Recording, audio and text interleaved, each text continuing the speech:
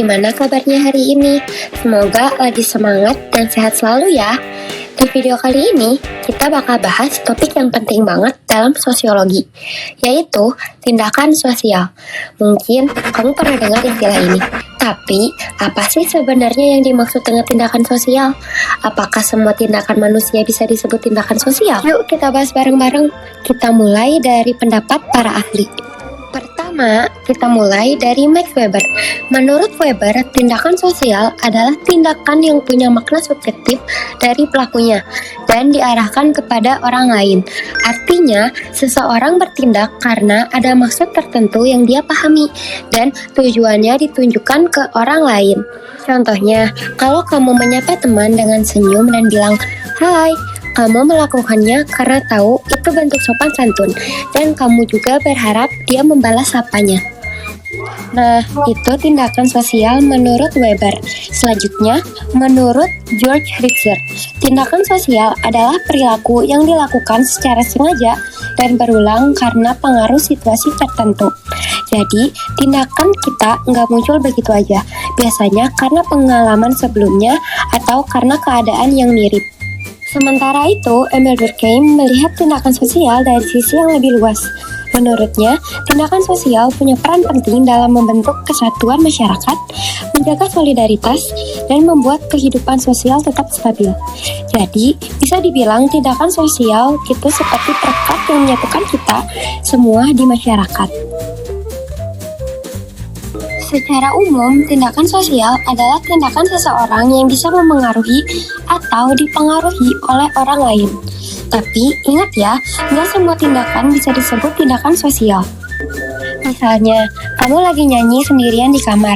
Itu bukan tindakan sosial, karena nggak ada orang lain yang terlibat. Tapi, kalau kamu senyum ke teman dan berharap dia juga senyum balik, nah, itu baru termasuk tindakan sosial. Nah, sekarang kita bahas ciri-cirinya satu persatu ya. Ciri pertama, tindakan sosial punya tujuan yang jelas. Setiap tindakan dilakukan dengan maksud tertentu.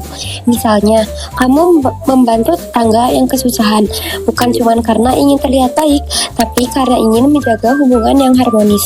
Jadi, ada tujuan yang ingin dicapai. Ciri kedua, tindakan sosial dipengaruhi oleh norma dan nilai sosial.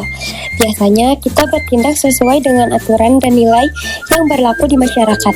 Contohnya, bersikap sopan kepada guru, menghormati orang tua, dan berbuat baik kepada tetangga.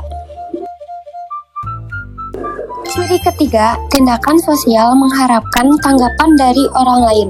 Kalau kamu menyapa teman dan berharap dia juga menyapa balik, itu artinya kamu sadar akan adanya reaksi dari orang lain. Ciri keempat, tindakan sosial berorientasi pada orang lain.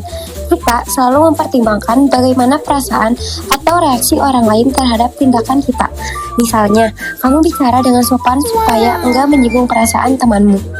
Dan yang terakhir, tindakan sosial berdampak pada lingkungan sosial. Bisa mempererat hubungan, menciptakan suasana damai, atau bahkan menimbulkan konflik, tergantung dari niat dan tujuannya. Nah, apa sih tujuan dari tindakan sosial? Tujuannya sederhana, untuk memenuhi kebutuhan individu dan memengaruhi orang lain di masyarakat. Lewat tindakan sosial, kita bisa menjaga nilai, norma, dan budaya di sekitar kita. Tanpa tindakan sosial, hubungan antar individu nggak akan terbentuk, dan masyarakat nggak bisa hidup rukun. Jadi, bisa dibilang tindakan sosial itu fondasi penting buat kehidupan yang harmonis. Sekarang kita masuk ke bagian yang paling menarik, jenis-jenis tindakan sosial menurut Max Weber. Ada 4 jenis tindakan sosial, yuk kita lihat satu persatu. Pertama, tindakan rasional instrumental. Ini tindakan yang dilakukan berdasarkan pertimbangan logis antara cara dan tujuan. Misalnya, seorang siswa begadang belajar supaya bisa siap menghadapi ujian. Dia tahu tujuannya apa dan tahu caranya.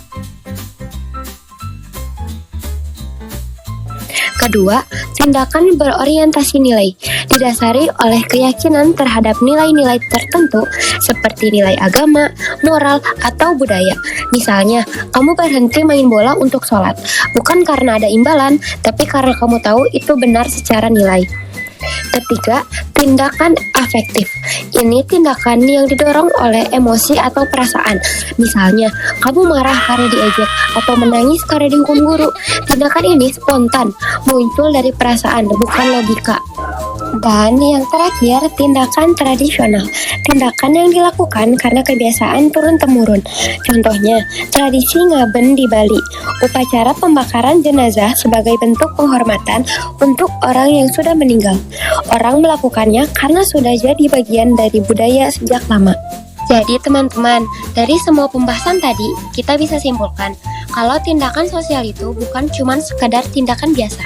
Ada makna, tujuan, dan pengaruh sosial di baliknya. Setiap hari, kita selalu melakukan tindakan sosial, dari hal kecil seperti menyapa orang, sampai ikut kegiatan sosial di lingkungan. Semua itu penting dalam menjaga hubungan antar manusia. Dengan memahami tindakan sosial, kita jadi lebih sadar kalau setiap tindakan kecil bisa memberi dampak besar buat diri kita dan juga buat orang lain. Jadi, yuk mulai dari sekarang lebih peka terhadap tindakan kita, karena setiap tindakan punya arti, dan setiap arti bisa membentuk kehidupan sosial yang lebih baik.